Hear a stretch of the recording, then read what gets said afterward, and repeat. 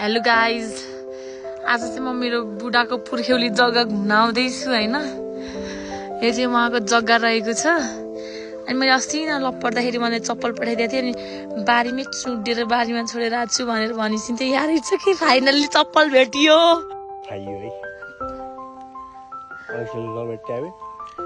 खान्दिन मलाई भन्नुहुन्थ्यो।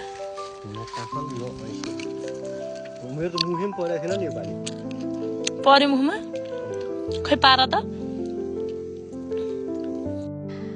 हैन। मेरो हस्बेन्डले चाहिँ यो लप्सीको रुखबाट लप्सी टिपेर लर बेच्ने गरेको थियो अरे पहिला। अहिले त कस्तो बुढो भइसकेछ है। जाम जाम जाम न बाबा, जाम न।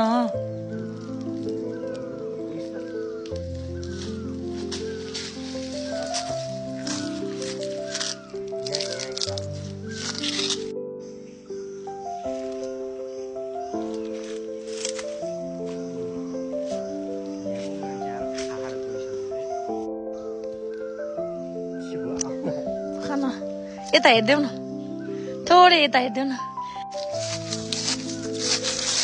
आया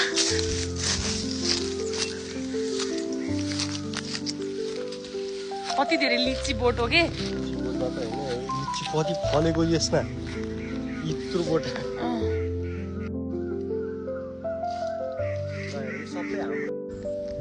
सो मिस्टरियस मिस्टरियस।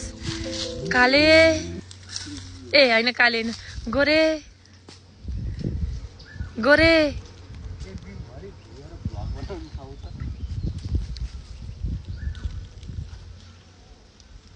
प्राचीन कालदेखिको रुख हो यो। मान्छेले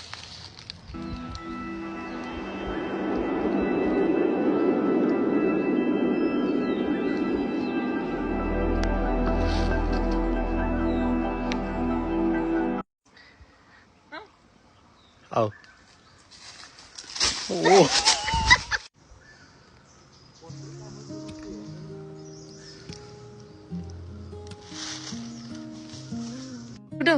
हजुरहरूको मूल कहाँ थियो अरे?